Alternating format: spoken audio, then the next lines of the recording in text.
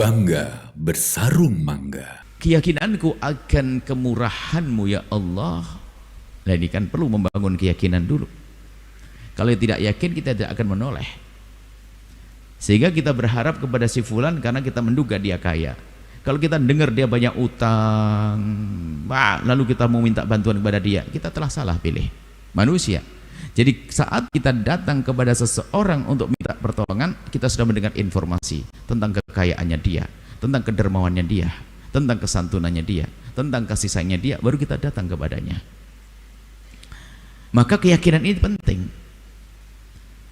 Dan keyakinan kita kepada Allah yang Maha Pemurah, yakin akan kemurahan Allah, itulah yang secara otomatis akan membawa kita untuk auqafani, menjadikan kita menuju kepada Allah, untuk berharap kepada Allah Subhanahu wa ta'ala. Sehingga panjatan doanya pun serius, permohonannya pun serius. Doa itu kan doa. Kalau kita berdoa itu kan sebetulnya syarat utama doa itu menyadari dia nggak mampu menyelesaikan, minta diselesaikan oleh Allah.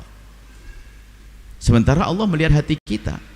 Kalau kita minta kepada manusia agar kita dikasih, kita menampakkan di depan manusia tersebut tentang kelemahan kita, ketidakmampuan kita manusia. Coba kita datang kepada seorang minta sambil kita petentang-petenteng, orang seperti saya ini nggak perlu bantuan, Anda minta nih. Dan orang seperti ente ini nggak akan bisa ngasih ke saya, lalu kita minta. Ini kan kurang ajar. Di depan manusia kita punya adab. Kalau kita ingin minta di depan manusia, tampakkan kelemahanmu, tampakkan hajatmu yang memang betul-betul ada, bukan dibuat-buat, maka orang baik akan tersentuh dan akan menolong. Dan kita kepada Allah Jalla Jalaluh yang Maha tahu hati kita, bukan jasad kita. Maka yang harus kita hadirkan adalah kesadaran di hati kita bahwa kita adalah seorang hamba yang lemah. Seorang hamba yang lemah, punya hajat yang banyak, hajat dunia dan hajat akhirat, hajat diri pribadi dan hajat keluarga. Kita adabkan kepada Allah, serius di dalam kita mengadu kepada Allah, munajat kita kepada Allah, serius penghambaan kita kepada Allah dengan keyakinan Allah Maha Pemurah, dia akan dikabul. Ud'uni astajib lakum, Allah akan kabul hajat kita, Allah akan penuhi permintaan kita. Jadi di sini karenanya adalah membawa atau meyakini, menguatkan keyakinan akan kemahamurahan Allah. Kemahamurahan Allah. Sungguh nikmat Allah sangat luar biasa banyak yang Allah berikan kepada kita. Ada berapa nikmat? Paling tidak 4 nikmat ya. Nikmat yang pernah kita minta, yang kedua nikmat yang tidak pernah kita minta, dan itu lebih banyak. Ada lagi nikmat yang kita ketahui dan yang tidak kita ketahui, dan itu lebih banyak ternyata. Teramat banyak nikmat Allah. Renungi karunia Allah adalah nikmat baru lagi yang harus kita syukuri. Sehingga sungguh seorang hamba tidak akan mampu mensyukuri nikmat dengan sesungguhnya. Kapan? Karena apa? Kapan seorang hamba bisa bersyukur? Karena syukur itu adalah nikmat baru yang Allah berikan yang harus disyukuri. Kapan akhirnya syukur kita? Gak ada. Sungguh Allah Maha Pemurah, Allah Maha Pengasih. Kita lanjutkan.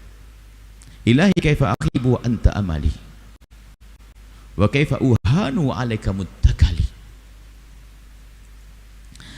Ilahi wahai Tuhanku, kaifa akhib, bagaimana aku akan bisa gagal, kecewa, mana mungkin aku kecewa, wa anta amali, dan tumpuan harapanku adalah Engkau ya Allah. Tumpuan harap kita adalah bagaimana mungkin aku akan merasa gagal sementara tumpuan harapanku adalah Engkau ya Allah. Berharapku kepadamu ya Allah. Wa kaifa uhanu alaika muttaqali, bagaimana mungkin aku akan menjadi terhinakan atau tidak mulia atau tidak terpenuhi segala keinginan. Jadi kalau orang minta lalu tidak diberi adalah seperti terhinakan. Maksudnya mana mungkin aku menjadi tidak terpenuhi keinginanku atau harapanku. Wa alaika muttakali, sementara kepadamu lah ya Allah kami pasrah, kami serahkan segala harapan-harapanku, segala usahaku. Ada 2 makna harapan, kemudian di situ adalah Pertama harapan, amal. Yang kedua adalah pasrah. Pertama adalah amal, harapan. Seorang mukmin sejati jika berharap, maka harapannya tidak akan sia-sia. Harapannya tidak akan sia-sia. Mukmin sejati, makna sejati adalah yang hidup menjalani hidup dengan keimanan. Kita berharap kepada Allah yang Maha Kuasa memberi kepada kita. Kalau kita dengan sesama manusia, hendaknya kita membangun husnudzon dong. Kalau kita minta uang kepada ayah kita hari ini, kita minta uang kepada ayah kita hari ini, karena hati kita baik kenal ayah, kok ayah nggak mungkin tidak memberi Allah. Maka ayah adalah seorang pemurah kok, baik, dermawan. Lalu kita minta kepada ayah kita. Coba keimanan kita atau keyakinan kita tentang kemurahan sang ayah, apakah menjadikan saya prasangka buruk di saat kita minta hari ini lalu belum dikasih? Tidak. Mungkin dia berkata, kayaknya ayah masih ngambil duit, atau paling besok pagi sebelum kita bangun sudah disiapkan. Kan perlunya kita baru besok. Lihat, karena kita punya prasangka baik kepada ayah kita. Padahal ayah kita bisa saja lupa lalu tidak benar-benar tidak ngasih. Tapi karena kita sudah biasa dengan kemurahan ayah kita, kita sudah biasa dengan kebaikan ayah kita, maka di saat belum dikasih sama sekali kita tidak pernah ngedumel karena kita cerdas. Tapi si anak yang tidak tahu diri, hanya gara terlambat 5 menit, ayah ini tidak pernah ngasih, padahal dari kemarin sudah dikasih. Walillahil mathalul a'la. Kita membuat percontohan permisalan begini untuk mempermudah pemahaman kita urusan dengan Allah. Lalu dengan Allah Jalla Jalaluhu kita mengetahui, kita yakin Allah Maha Pemurah, dan sudah berjanji kalau kita minta serius dan memenuhi syarat-syarat kita minta, Allah akan kasih. Astajib lakum. Lalu harapan kita kok belum terpenuhi, apakah lalu kita prasangka buruk kepada Allah, Allah tidak kasih kepadaku? Tidak. Nabi mengajarkan kalau engkau memohon kepada Allah, hendaknya wa antum muqinuna bil ijabati, engkau punya keyakinan bahwa Allah yang Maha Kuasa akan mengabul hajat-hajatku. Lalu bagaimana? Loh, kita kan orang cerdas. Cerdas itu maknanya apa? Hidup kita tidak hanya berpikir sesaat. Orang cerdas, seorang tua, seorang yang berakal. Lihat, anak kecil belum punya kecerdasan, maka di saat dia disuruh minum obat, berontak dia, harus pakai disekoi dia. Dihancuri dulu orang tuanya, dibuat sirup, langsung sekoi, gitu. Nangis, besok sembuh dia. Dia ngerti sembuh karena obat itu. Minum lagi gak mau mereka. Tapi bapaknya nyari obat sendiri, nyari sendiri, karena bapaknya sudah punya kecerdasan. Kecerdasan bahwa setelah minum ini ada, besok aku akan sembuh. Jadi masa depannya, apakah masa depan pendek esok hari atau minggu depan akan sembuh, kerengku akan hilang, batuk akan hilang, maka dia minum. Karena apa? Masih punya harapan di esok hari. Nah, orang beriman ini adalah cerdas. Karena apa? Pandangan, gambaran masa depan hidupnya tidak terbatas hanya esok hari.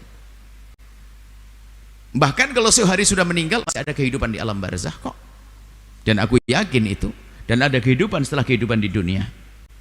Loh, kalau begitu kita minta kepada Allah hari ini, ya kita pengen dikasih oleh Allah hari ini. Kemudian kalau ternyata tidak dikasih oleh Allah hari ini, kenapa kita belum bisa prasangka baik? Bisa jadi oleh Allah telah disiapkan untuk diberikan kepadaku di saat aku sangat memerlukannya. Karena aku yakin Allah Maha Pemurah. Sehingga di saat berharap kepada Allah hadirkan 3 hal. Jika kita berharap lalu memohon kepada Allah dengan permohonan yang benar, memenuhi syarat-syarat memohon, maka Allah akan kabul. Cuman bentuk pengkabulan itu ada 3 model. Yang pertama, Allah memberimu seperti yang engkau minta. Yang kedua, Allah memberimu tidak seperti yang engkau minta, tapi itu lebih kau butuhkan. Yang ketiga, Allah menunda pengkabulan nanti di akhirat, dan ini lebih dahsyat lagi. Artinya akan dikabul. Sehingga gak sempat seorang hamba mengatakan, wah, tidak dikabul. Nabi mengingatkan, Innallaha yastajibu du'a 'abdi malam ya'jal. Allah akan senantiasa mengkabul doa hambanya asalkan enggak buru-buru. Buru-burunya seorang hamba itu begini, sudah doa berhari-hari enggak dikabul. Nah, ini buru-buru langsung enggak dikabul oleh Allah. Kurang ajar. Sudah duhaan, sudah doa terus, diamalin, masih melarat. Wah, itu jadi kurang ajar ya kepada Allah. berprasangka, maka jangan sekali-kali setelah kita berikan panjatan doa kepada Allah lalu kita ungkit Allah belum kabul. Tidak, itu tanda justru tidak dikabul. Allah akan senantiasa kabul doa hambanya asalkan hamba ini tidak terburu-buru. Jangan buru-buru. Bukankah pengabulan ada 3 model? Kita tidak diberi seperti yang kita inginkan, tapi diberi yang lainnya lebih penting lagi. Cuman kita bodoh, kita mintanya hanya duit-duit saja, nggak pernah minta jantung sehat, nggak pernah minta kebahagiaan, hanya duit. Padahal kebahagiaan lebih penting, sehingga duitnya tidak dikasih tapi Allah ganti bahagia. Bisa jadi begitu. Kemudian lebih dahsyat lagi, ternyata ada pemberian Allah yang nanti di akhirat, sehingga orang-orang yang doanya belum dikabul di dunia kemudian nanti di akhirat menemukan pahala yang berlimpah. Dia bertanya, ya Allah ini apa? Dijawab, ini adalah pahala dari doamu yang aku tunda dulu. Seorang hamba berkata, ya Allah, kenapa doaku di dunia tidak kau tunda semuanya? Biar aku jadi kaya betul di akhirat. Kurang lebihnya seperti itu. Artinya ternyata di akhirat lebih khairul laka minal ula, lebih bagus daripada kehidupan di dunia. Kemudian kaifa uhan alaika muttakali.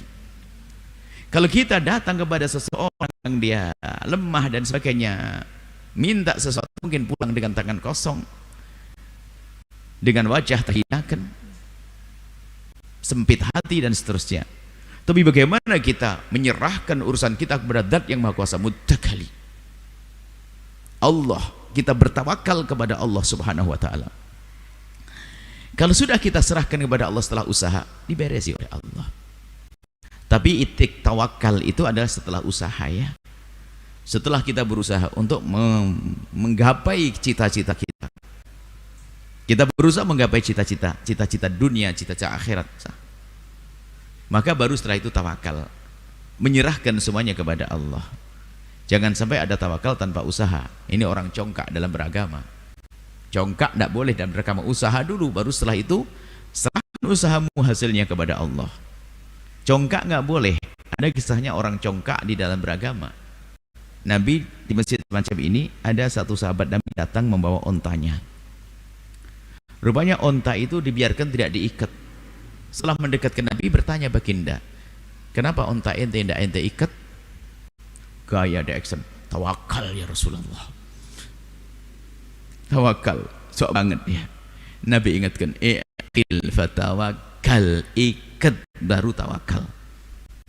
Pintu rumahmu dikunci dulu baru tawakal, ya Allah jaga dari pencuri.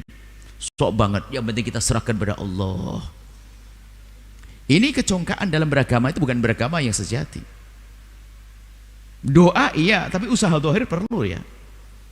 Sehingga kemajuan kita ini dalam jalan hidup di dunia itu menggabungkan antara tawakal yang serius dengan usaha yang serius. Usaha tanpa tawakal menjadi orang sombong, seolah-olah dia bisa merubah dunia dengan tangannya atas tenaganya, kemampuannya. Padahal itu kekuatan dari Allah. Sisi lain hanya dengan Allah saja, padahal dia tidak kenal Allah. Sebab Allah juga kita berusaha. Umat Islam itu seharusnya menggunakan nalarnya, akalnya, kecerdasan akalnya di dalam menggapai cita-cita dengan satu usaha. Yang kedua adalah kenal Allah. Ya, akalnya berusaha yang serius, hatinya mengenal Allah. Selamat. Congkak itu nggak sadar beragama. Ya contoh saja, ini kan kemajuan teknologi. Ini ada orang mendiskusikan tentang, contoh saja, mendiskusikan tentang obat anti werak yang sehat. Semua membuat uji coba dan sebagainya. Ada satu ustadz, sudahlah, baca Yasin 10 kali, puterin nanti beres. Ente congkak beragama. Ini bukan bicara tentang surat Yasin, bukan. Ini bicara tentang kemajuan teknologi. Loh, ini kok ini mencampur aduk kan ini. Bicara tentang teknologi baru nanti serahkan Allah sambil ibadah.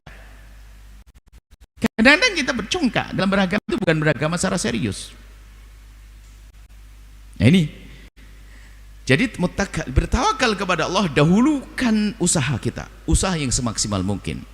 Dan usaha seorang yang beriman itu adalah bagian daripada tujuan sesungguhnya. Doa itu bagi orang yang beriman itu tujuan. Bagi orang yang sudah pangkat tinggi dalam mengenal Allah, menganggap doa itu bukan sarana untuk sampai kepada tujuannya. Sebab doa itu sendiri kan mukhul ibadah, saripatinya ibadah. Doa itu hendaknya kita jadikan kewajiban kita, keindahanku untuk bermanja-manja dengan Allah.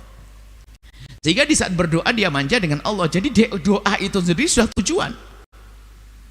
Tapi kelas lemah kita, orang-orang lemah seperti kita ini, enggak, doa itu saja. Coba apa arti doa itu sarana? Doa sarana menuju tujuan. Kalau doa kita jadikan sarana jadi tujuan, itu dia. Sebelum ujian tahajud, doa, habis ujian bubar, enggak doa lagi pada Allah.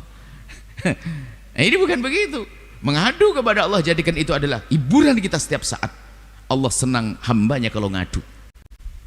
Bahkan kalau sudah mencintai seorang hamba nggak ngadu-ngadu, dikasih sakit biar ngadu kok. Innallaha idza habba 'abdahu talah. Kalau Allah mencintai seorang hamba akan diuji agar ngadu, ya Allah, ya Allah. Maka sebelum diuji oleh Allah, yuk ngadu kepada Allah, karena Allah senang dengan pengaduan kita. Nah, semacam itu. Ngadu penting kepada Allah Subhanahu wa taala. Berharap kepada Allah Subhanahu wa taala. Jadi permohonan kita ini adalah sudah jadikan itu adalah tujuan. Tujuan kita mengabdikan diri kepada Allah. Wa ma khalaqtul jinna wal insa illa liya'budun. Allah tidak menciptakan diri manusia untuk mengabdikan. Jadi kita mengabdikan diri, bukan kita punya, bukan doa untuk tujuan untuk sampai kepada cita-cita, bukan. Mengabdikan diri kepada Allah ada bagian daripada sesuatu yang harus aku lakukan. Indahnya cepat didapat. Baik, inilah yang harus kita hadirkan. Setelah kita melakukan usaha, yakini usaha kita ini adalah, coba aja Anda mencari rizki, mencari nafkah. Motivasi Anda apakah cukup hanya menyenangkan istri saja? Bisa jadi itu adalah penyemangat Anda untuk bekerja, sehingga Anda tahan di bawah terik matahari dengan panasnya suhu udara saat itu, kemudian dengan bumi yang juga menyengat. Anda bisa bertahan karena untuk istri yang sangat dicintainya. Bagus, itu motivasi yang dahsyat. Tapi bagaimana jika motivasi Anda adalah Allah? Bukan duit saja yang tampak lalu diberikan kepada istri. Saat Anda melangkahkan kaki, wahai para suami, mencari nafkah, langkah jihad di jalan Allah, langkah-langkah Anda ada nilai pahalanya. Ayo. Dari sini sudah, sebelum dapat duit dia sudah kenal Allah. Dia menjalannya dengan senang, nggak ada keluh kesah setelah itu. Dia sebelum dapat duit, dia sudah meyakini bahwa apa yang aku kerjakan sudah dapat pahala. Bahkan jika hasilnya nol, dia nggak dapat gaji. Rupanya bosnya bohong, dapat pahala. Hanya tidak dapat duit saja. Jadi dia punya keyakinan. Jadi bekerjanya Anda sebagai seorang suami cari nafkah itu jangan dianggap itu nggak ada nilainya. Bisa jadi itu lebih bagus daripada sholat sunnah yang Anda tegakkan. Karena itu kewajiban untuk beri nafkah istri. Sholat sunnah adalah sunnah. Nah, ini hal-hal semacam ini boleh difahami. Sehingga kita tahu ini adalah sudah dinikmati ibadah-ibadah. Nah, kita kembali kepada munajat Imam Ibn Atsakan dari Kaifa wahan wa alaika muttakali. Jadi kalau sudah kita bersandarnya kepada zat yang maha kuat, tidak akan roboh selamanya, tidak akan kecewa selamanya. Hanya yang perlu kita fahamkan kepada diri kita, cerdas memahami kegagalan dan cerdas memahami keruntuhan. Jadi bukan berarti di saat tidak diberi kita gagal saat itu. Kan kita punya iman. Ada nanti yang telah Allah janjikan, Allah akan beri nanti di saat kita sangat membutuhkannya. Kapan itu? Di saat kita tidak bisa minta tolong kepada tetangga kita, tidak bisa minta tolong kepada ayah yang sangat mencintai kita. Di saat kita tidak minta tolong kepada anak kita yang katanya hebat waktu itu. Tidak. Semua orang lari. Semua orang nafsi, diriku. Yaitu dia saat kita menghadap pada Allah di akhirat nanti. Semoga Allah muliakan kita di dunia, muliakan anak-anak kita, muliakan keluarga kita. Semoga Allah menguatkan keyakinan kita kepada Allah yang maha kasih, yang maha pemurah, sehingga hanya kepadanya lah kita berharap. Dan semoga Allah menjaga iman kita, menjaga keistiqomahan kita, menghapus dosa-dosa kita, menjadikan kita hamba yang saling mencintai karena Allah, indah di dunia hingga kelak di surga. Wallahu a'lam bissawab.